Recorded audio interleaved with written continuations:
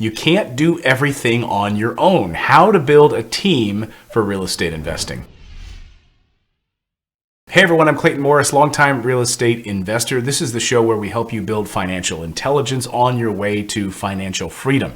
Now, we have a great guest on the show today who's done over 300 flip deals in his life. He's the founder of the flipempire.com. He's got a long experience in real estate investing. We have a lot of mutual friends in the business, but the topic we're going to talk about today with Alex Pardo is about building a team.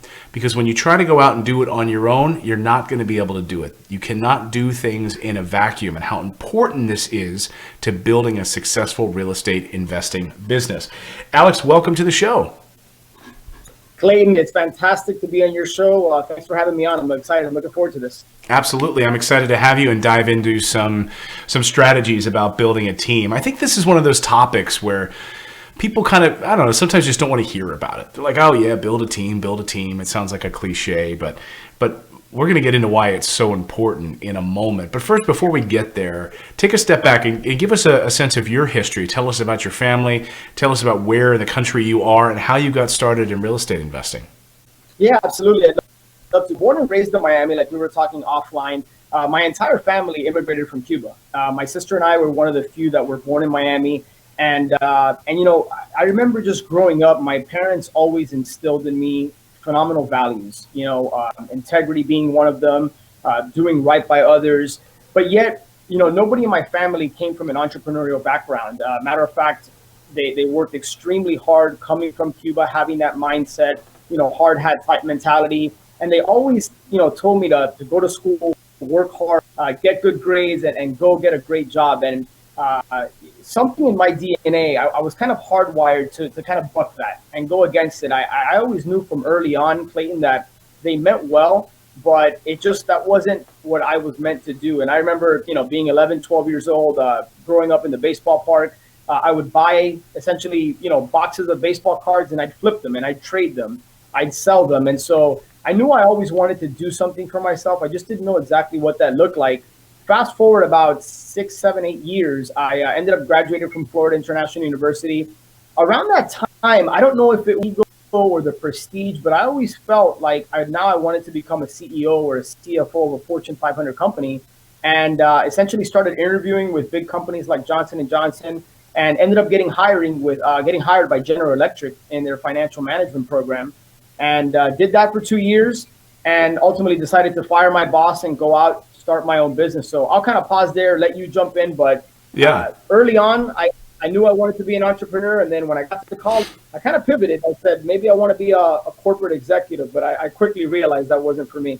Well, we get this question a lot. I recently had this question from a longtime viewer of our show. When should I quit my job? This person has like 3 or 4 rental properties. You know, he's been working very, very hard and wants to get out of that rat race. I mean, at that time, how did you make that switch? How did you know, like, I've got to make this jump? I mean, in the same way that we heard the stories of, you know, something I did as well. I had a number of rentals and then left my day job in order to pursue financial freedom. Robert Kiyosaki talks about he could have gotten this massive raise, made a lot of money, and he just said bye-bye, and he was done. Yeah. How do you know when to throw in the towel? You know, for me, I was very clear. I've always been one, Clayton, to design a vision for your life first, and then let's build a business to support that lifestyle. And I think so many entrepreneurs and investors that want to get into this game, they go at it reverse. They jump into business to make a bunch of, they live the kind of life that they want. And I remember looking, Clayton, to answer your question specifically, I would look at my boss. I would look at my boss's boss, and all the way up the line to the CFO and CEO of GE. And I said, I don't want that life. You know, that God bless them, but that's just not for me. And so for me, I made a decision. I was fortunate that I was single. I didn't have kids at the time. And so I realized your listeners that are hearing this, that have families and they need to put food on the table, it's a lot more difficult and challenging for them. But here's what I'll say, you know, you only get one life.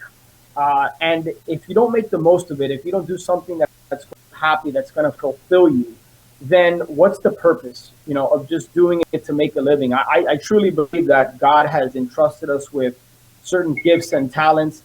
And if we don't leverage that, if we don't use it, and we don't show the world these gifts and talents, I just think we're wasting so much potential. We're wasting opportunity to live the kind of lives we want to live and also impact people, which is, I've gotten clear that that's my purpose these days. It's more about impact and contribution. Right. And we have a mutual friend in our friend Tom Kroll, and it's a story that we talk about a lot. The idea of the 7 talents, which, forgive me not knowing I think it's biblical history, right? The idea of the 3 individuals getting these talents from God, right? These one individual gets 1 talent, the other individual gets a couple of talents, the other individual gets a bunch of talents. The guy that gets 1 talent buries it in the ground, right? Kind of buries his head in the sand, buries his talent in the ground and doesn't use it, and doesn't go out there and take this one life. The other individuals who had multiple talents became even bigger because they took those talents and ran with them. They're like, I'm going to do everything I can with this life right now to be a success. And what does God do? He takes the guy with the 1 talent, he removes his talent because he buried it and he didn't do anything with it, right? That's right. Yeah, and again, I think it's one of those things that we're meant to win. I truly believe that we are meant to do great things with our lives. And if you're just not happy working a 9 to 5 or whatever it is you might figure out, I think that should be your people listening. That should be their sole purpose, is to figure out why they're put on this earth and take a leap of faith, and it's difficult. It's challenging. It's so much easier to just talk about it on a podcast. But I think that's where having coaches, mentors, people that, like-minded individuals that support your dreams, goals, and aspirations, get away from the people that are trying to pull you down. It becomes easier when you have the right environment. Right. And that environment is what we're going to talk about now in building a team. But before we get there, this idea that, it might be more difficult if you've got 2 kids and you've got a spouse to support and you are working a 9 to 5, you're exhausted at the end of the day. How do I make that leap? How do I make that transition? Well, guess what? If you want it, there's a weekend, there's nighttime, right? There's nighttime where you can take a class, you can study, you can go out to a meetup group, you can start to network and do things on the side in the same way that I did, in the same way that you did. And the proof is in the pudding. You can take these actions, you can take these steps if you put your mind to it and you start to use the extra hours. Maybe don't sit there and watch Netflix for 3 hours at night. That's 3 hours you could be doing some great work, right? Clayton, you hit the nail on the head. We are so wasteful with our time, generally speaking, that if I was to do an audit of just where people spend their time, whether it's scrolling through Instagram, on Facebook, or watching, the latest season of House of Cards, that's all time that can be spent on making your life better and doing something that's going to put you in a different position. You have to sacrifice. So many people, they talk a big game and they say they want it, but show me your actions. Show me what's on your calendar. What are you doing to live the kind of life that you want to live? Because it's gonna take hard work. You got to work smart, and you got to put in that time. Well, I was even just upset. I have an iPhone, and part of the newest version of iOS is a feature they call screen time, which you can monitor the amount of time you're spending on the screen. And you get a weekly report, so you can go into the settings and you can see how much time you're just wasting. And it'll show you the types of apps that you're using: productivity, social media, games, and it breaks it down by that. And I was just astounded about the amount of just mindless time that I was spending on social media or other things that were just completely wasteful. You're standing in line at Starbucks, and instead of just like being present, you're flipping through something. You're on Facebook, you're on Instagram, you're doing all of that. Or at nighttime on the couch, it's like, couldn't I'd be taking a class right now? I could be learning something about real estate investing. I could be reading a book on investing. I could be taking that leap, and instead I'm sitting here watching Netflix and scrolling through Instagram. We're all guilty. I think we have to take advantage and turn our environment into learning centers, because that's the biggest investment I truly believe you can make it is in yourself. That the knowledge and the experience that you acquire is something no one can take away from you. Your network. It's not so much the money. It's not the material things. It's what you put in between your ears, your mindset and what you choose to listen to and consume. Let's talk about team building now. So when did you realize, Alex, that you couldn't do this on your own? And how do you suggest people go about beginning to build a team? Yeah. For me, Clayton, a big shift was when I read The 4-Hour Workweek back in 2009. That's when I first got exposed to the concept of having virtual assistants. the first, I got in this business in 2005. The first 3.5 to 4 years, it was all me. I was a one-man show, and I realized that I didn't miss. I had a high-paying job. Business is not a one-man or a one-woman sport. You need to surround yourself with people that I believe are better than you. People that have a purpose, that have abilities. And so, to answer your question, 2009, after reading that book, I immediately hired a virtual assistant. I made so many mistakes in just hiring the wrong people, not having an action plan or an onboarding process. We can get into those details if you want. And really, fast forward, 2013 is when my goal was to really now build a business out of the wholesaling operation. As you know, Clayton, wholesaling is a very transactional business. And I was wearing all the hats. I remember at the time I was single and I'd be on a date. And, I just finished sending out some postcards and my phone was going off during dinner. And I felt guilty because I wanted to take the call, but I knew I wasn't going to be present at the same time. And I said, I'm wearing too many hats. I'm the marketing person, I'm the acquisitions person, I'm the dispositions person. And I slowly set out to build a relatively small, lean team around me that does a lot of the heavy lifting so that I can focus on my podcast. I can focus on generating, building the network, generating the big ideas, focusing on the things that I think entrepreneurs should be spending their time on, not so much being the technician as Michael Gerber talks about. Right. I mean, it's such a powerful point because when, a lot of entrepreneurs, they start out like Michael Gerber in the great book, The E-Myth. Everyone should read that book if you haven't already. But he talks about the baker, right? The person who wants to open up their own bakery. Right. And they love baking. And they open their own bakery, but then they're wearing all the hats. They're wearing all the chef hats. They're running accounting. They're doing all of those things. And then pretty soon you're miserable because you're not actually you're in the business constantly and you're not being able to float above and work on the business.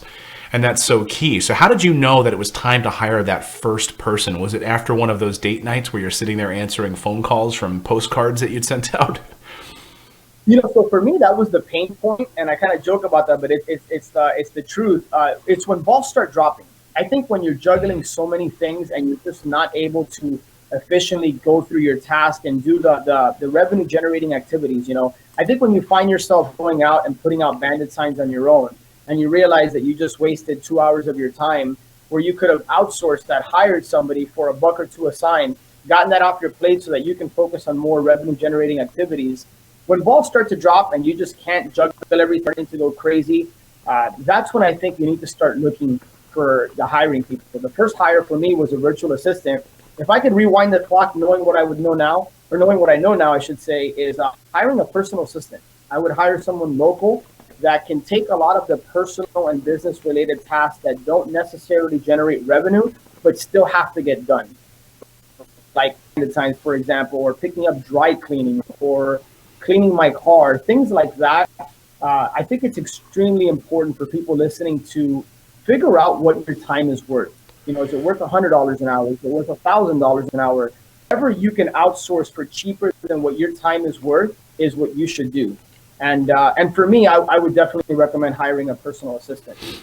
Right. It's such a great point. And I heard a story one time with an individual saying, would you pay $300 per hour? How much are you worth, right? You might ask this question. So if you're sitting there watching this right now, play this little game at home. How much do you think your time is worth? Is it worth $100 an hour? Is it $300 an hour? What's your highest and best use of your time? I can tell you, doing this podcast right now with you as a broadcaster, as an educator in real estate, this is my highest and best use. If I'm knee deep in spreadsheets and other things, that's not my highest and best use. So what is your time worth? Is it worth $200 an hour? Is it worth $300 an hour, $500 an hour? Can you be wholesaling, making $1,000 a day? And that's your best use of your time. So what is your worth? And then ask yourself, if you're doing this other crap, you're doing accounting, you're doing bookkeeping, you're doing things that are in your drudgery zone where you're not good at it. And it's, and you ask yourself, well, it's $300 an hour. Well, would you hire a mediocre accountant and pay that accountant $300 an hour? Well, of course you wouldn't. I would never hire a mediocre accountant for $300 an hour. Well, guess what? You already are. Because if you're a mediocre accountant and you're worth $300 an hour, you're already wasting that money on a bad accountant. So hire the right kind of person, right? Yeah, that's right. And I think, success leaves clues. I don't know if it was a book I read, but, look at the most successful entrepreneurs in regardless of the space, not just real estate. I can't think of anybody that has gone at it alone. You got to build the right team around you, and that's a whole separate conversation that I'm sure we'll get into. But realize that there's only 24 hours in a day, and I think one of the factors that separates those that are high achievers and highly successful versus those that don't is just surrounding yourself with the right people, getting crystal clear on what their highest and best use is, and operating in what Dan Sullivan talks about, your genius zone. We all have to figure out our unique abilities, our genius zone, and operate in that lane, and then hire others that operate within their genius zone. So let's dive into that a little bit more. So people taking notes at home who want to begin to hire the right people, who want to take a step back from the things that are just causing them drudgery, as Michael Hyatt calls it, the drudgery zone. Right. And we can talk about Dan Sullivan in the genius zone. So how do you begin to hire that first person? Where, do you put all of this down on paper and kind of write down all of the tasks that you're currently doing and kind of break it apart? Yeah, so that's actually step one, and it's very simple. It's you just, I forgot who told me to do this exercise many, many years ago, but every 15 minutes, I just documented what I spent my time on. I did that for an entire week. And when you go through that exercise and you look back at just the time that you spend on just meaningless crap, things that just don't move the needle in your business or your life, start to say, okay, there's kind of like a Venn diagram, and you say, okay, what are the revenue generating activities, and what are the things that give me energy? What are the things that take away energy? You want to be focused on, ideally, between the things that move the needle, i.e. generate revenue, and the things that give you passion, the things that give you energy, like being on this podcast with you.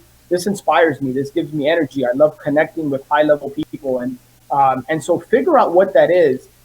So the things that don't generate revenue and or take away energy from you, get that away. Like, you need to find somebody that's what they love doing. And that's the key. When I first started Clayton, for me, it was out of sight, out of mind. I just wanted to get it off my plate. And I learned the hard way that you need to find people that's what they love doing. So when I first got started, I would handwrite letters and stuff the envelopes, put a stamp on them. And I just got burned out doing that. And then I found a stay-at-home mom that she loved doing that while she was watching TV. Like she enjoyed making a couple of extra bucks while doing that, and so think about the things that you do, document it, and then start to create a checklist. Okay, these are the things I enjoy doing. These are the things that are going to move the needle in my business or are going to free me up in my personal life. So for me, I'd rather hire a long guy so that I can spend that hour with my girls and my family and doing the things I enjoy doing. That would be step one, is just document for an entire week what you spend your time on every 15 minutes. And from there, I think it's going to become abundantly clear to people listening what they can potentially start getting off their plate and onto somebody else's. That's powerful stuff. I hope everyone was paying attention. So the things that sap your energy, because it really trickles into every other thing you're doing. If you're doing things that sap your energy, it's going to just bring you down. So try to remove those things and put those on the plate of somebody else. We all have different personality types. I hate spreadsheets, but our bookkeeper loves it, right? So why would I be involved in spreadsheets and accounting? Absolutely is painful to me. I hated math growing up, so that's painful to me. So remove those things, and it frees you up to do other things. So that's step one. Really make that list. And it's funny, man. You're absolutely right. Once you start down this path and you're starting in real estate investing, you're wholesaling, you're flipping, it doesn't matter what it is, and you write down a list of everything you're doing, as mundane as they are, right? You're in the shower and you're thinking about a deal, write that down, because that was time while you were in the shower that you were thinking about 123 Main Street and what kind of an offer you're going to apply on that property. Putting stamps on envelopes, handwriting postcards to send to motivated sellers. I don't care what it is, write it all down.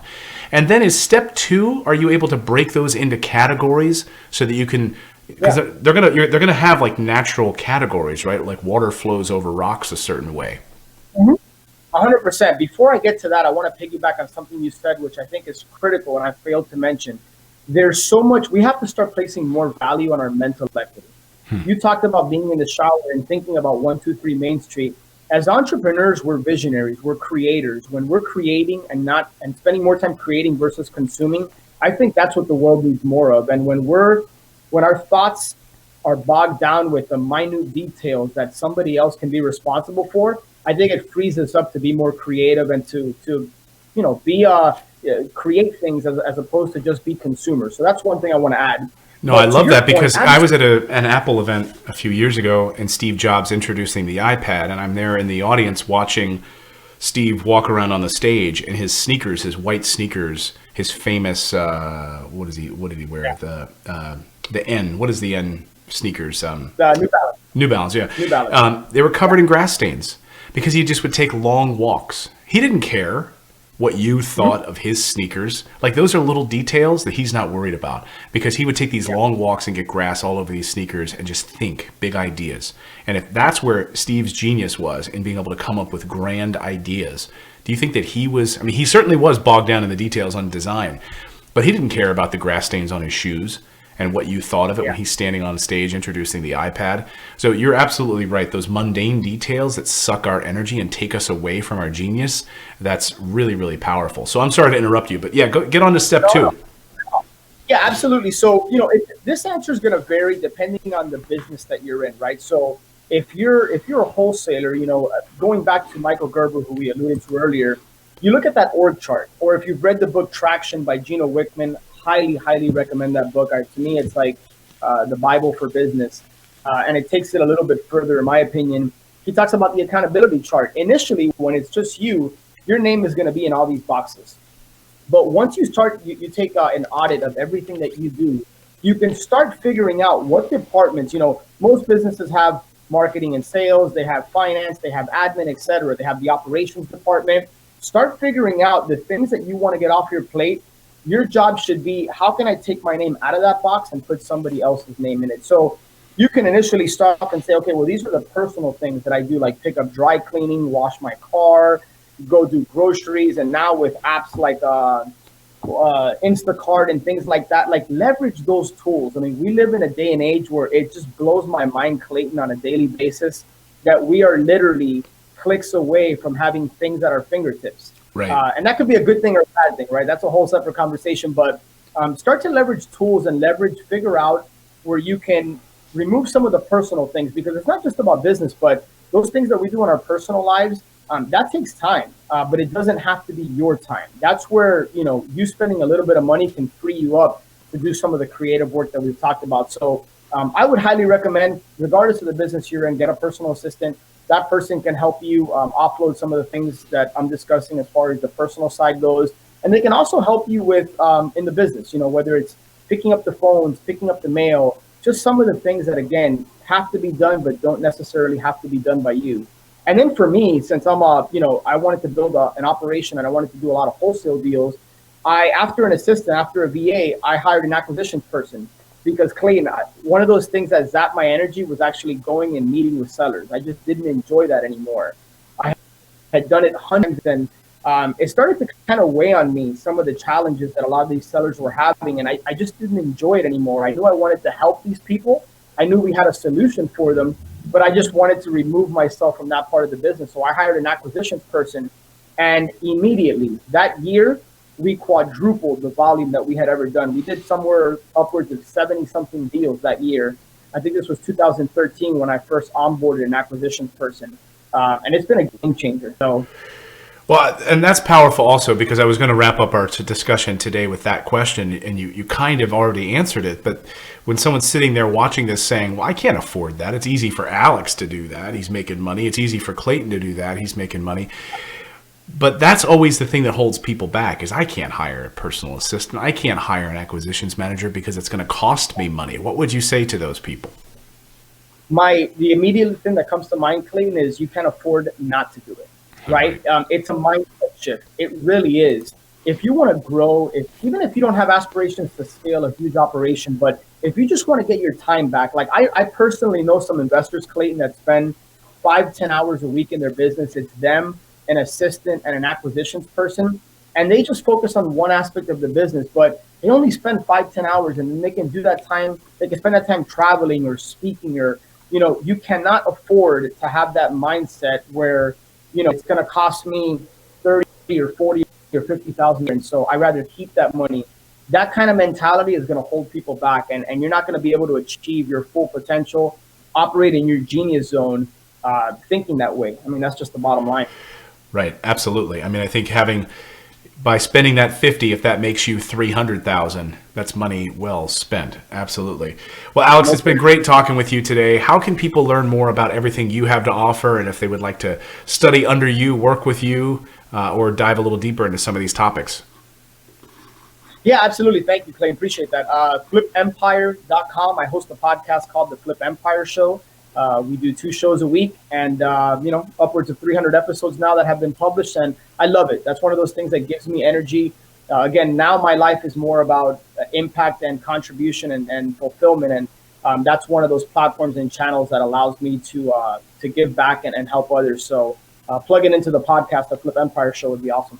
Awesome. And I think I'm going to be a guest on the show as well, so we'll be able to talk about stuff over there. So that's what I love. Absolutely. Being an educator and helping people. That's what gets me out of bed in the morning. Alex, it's been a great treat having you here on the show. Thank you so much.